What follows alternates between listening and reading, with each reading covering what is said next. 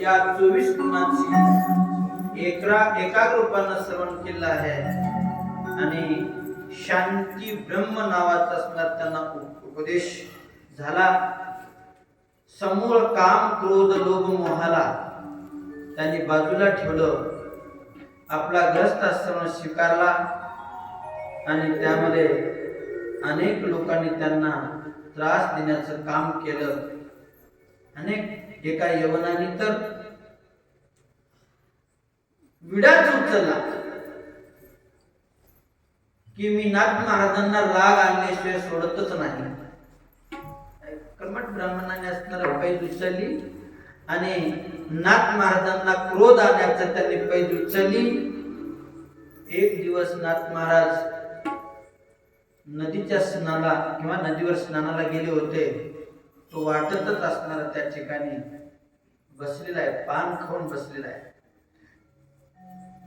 ते येणार तेवढ्यामध्ये थुंकले अंगावर. नाथ महाराज परत गेले, पुन्हा स्नान करून आले, पुन्हा थुकलं, पुन्हा स्नान करून आले. असं 1 2 3 वेळेस नव्हे, 108 वेळा असणार त्या ठिकाणी त्या यवनाने महाराजांवर थुकले. 108 वेळा स्नान झालं. एक थकला, तो यवन असणारा थकला आणि महाराजांचे पाय धरले. महाराज, मी तुम्हाला राग आणण्याचा खूप प्रयत्न केला, तरी पण तुम्ही असणार एवढे थुकल्यावरही तुम्हाला राग आला नाही. म्हणले, राग कशाचा?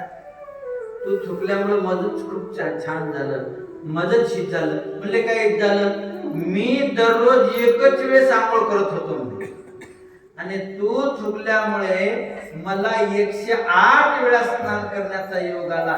माझंच परम भाग्य आहे. अशा प्रकारचे असणार त्या ठिकाणी नाथ महाराजांचा कितीतरी वेळेस.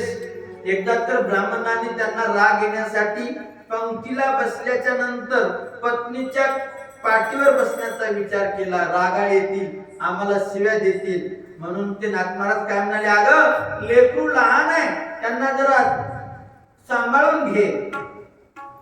म्हणजे 2 शब्द झाले. अज्ञानानं लहान आहे, त्यासाठी तुला क्रोध येता कामा नाही.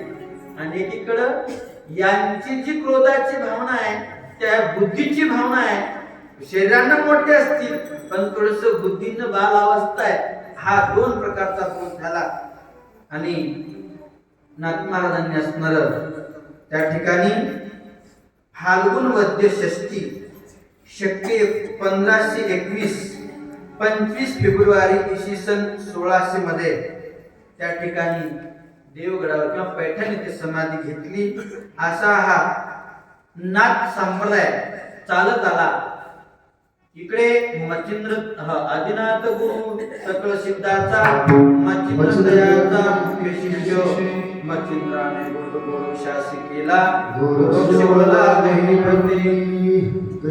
प्रसादे निवृत्ती दातार ज्ञानदेवासार सोजविले. ही गुरु परंपरा ज्ञानोबापर्यंत आली आणि त्यानंतर 200 वर्षानंतर नाथ महाराजांचा जन्म झाला. आणि तो काळ काही संपल्याच्या नंतर तुकोबारायांचा असणारा कार्यकाळ चालला आणि त्यांनी तुकाराम महाराजांनी सुद्धा या समाजाला समाज प्रबोधन करून त्या ठिकाणी मार्गाला आणण्याचं काम केलं. आणि त्यानंतर आनंद संप्रदायामध्ये अनेक संत या भूतळावर अवतरण झाले. माहूर येथील दत्ताराम भारती महाराज आणि ऐसा जगी संत झाला, जगी संत झाला,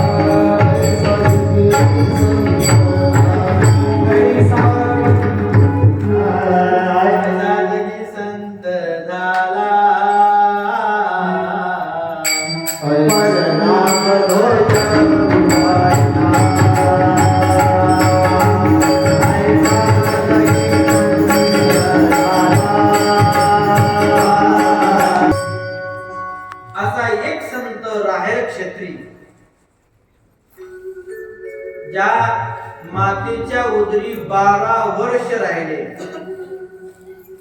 किंवा 12 महिने राहिले आणि 12 महिन्यानंतर जन्म घेतला. राहेर क्षेत्री असणार आणि ते म्हणजे संत समर्थ बाळगे महाराज यांनी भक्तीचं बीज लावलं, नामाचं बीज लावलं आणि या नांदेड क्षेत्री असणारं याच आपल्या गोदाखरी ठिकाणी असणारं त्यांनी भक्तीचा ओघ असणारं चालत असताना अन्नदान नामस्मरण सर्वस्व असणार त्या ठिकाणी भक्तांना उपदेश देऊन कलयोगी साधन ते दोन अन्नदान आणि नामस्मरण अशा प्रकारचे दोन साधन आम्हाला सांगितले.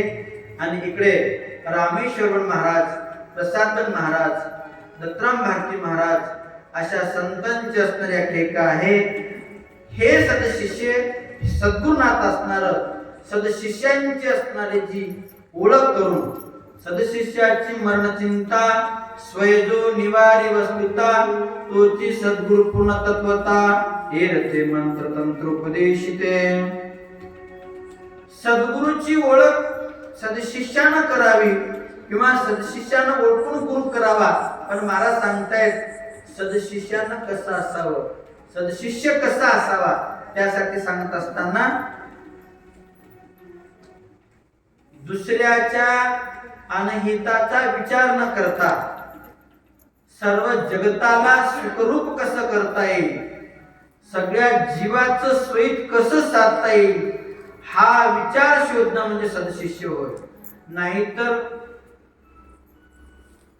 सदशिष्याच्या ऐवजी जर समजा आपण त्या गुरुच्या ठिकाणी आपल्या मनातील विकार वासना जर नाही गेली तर त्या ठिकाणी त्या सदशिष्याचा विचारच होऊ शकत नाही. त्याचं हित होण्याच्या ऐवजी अनहितच होतं.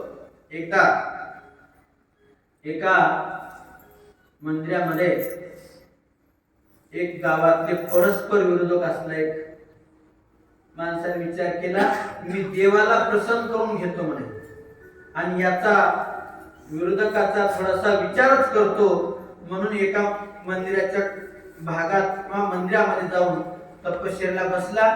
नुसतं दुधावर असणार तपश्चर्या करू लागला आणि याची तपश्चर्या बघून दुसरा त्याचा जो विरोधक होता त्यानं मला देवाला प्रसन्न करून घ्यायचा विचार आहे काहीतरी असावं म्हणून त्याने तपश्चर्या मांडली. तो एका कोणत्या तपश्चर्याला बसला. त्यानं दुधावर तपश्चर्या करत होता पण यानं पाण्यावर तपश्चर्या करायला सुरुवात केली. दोघांनी असणार तपश्चर्या कडक तपश्चर्या देवाला कंटाळाला म्हणजे याला काहीतरी देऊन आपलं मोकळं करावं म्हणून पहिल्या शिष्यापाशी गेले आणि पहिल्या शिष्याला सांगितलं म्हणजे तुझी काय इच्छा आहे मी तुला प्रसन्न झालोय. त्याने सांगितलं अगोदर त्याच्याकडे जा आणि त्यानं जे मागल त्याच्या दुप्पट मला द्या.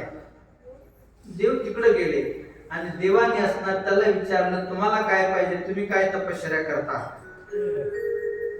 त्याने सांगितलं त्याला घेऊन आलोय म्हणले. त्यानं म्हणले म्हणजे तुला जे द्यायचे त्याच्या दुप्पट त्याला माग द्यायचंय म्हणल्यावर तू जरा हुशार हो.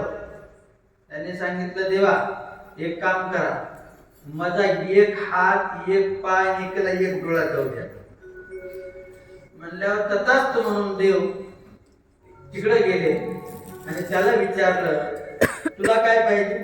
त्याला जे दिलं ना त्याच्या दुप्पट मला द्या म्हणल्यानंतर याचे दोन्ही हात दोन्ही पाय सांगायचं तात्पर्य दुसऱ्याचं जर अनहित केलं ना तर आपलं सुद्धा अनहित होतं.